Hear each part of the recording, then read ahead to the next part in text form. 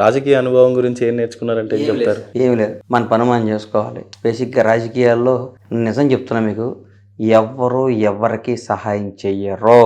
రాజకీయాల్లో సహాయం ఎక్స్పెక్ట్ చేయటం కూడా తప్పే. మనం ఎక్స్పెక్ట్ చేస్తే మన పతనానికి నాంది. పదవి రాకముందు వాళ్ళ ప్రవర్తన వేరు, పదవి రాగాలే మంత్రులు అవ్వంగాలే మంత్రులు అవ్వంగాలే చాలామంది వాళ్ళు అతీతమైన శక్తులమే.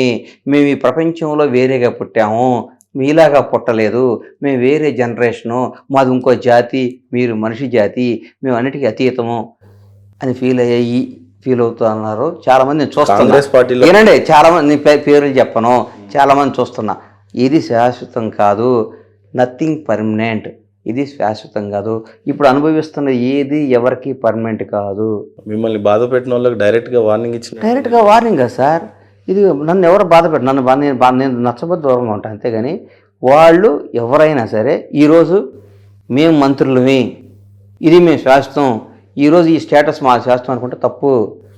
4 ఏళ్ళు 5 ఏళ్ళు 6 ఏళ్ళు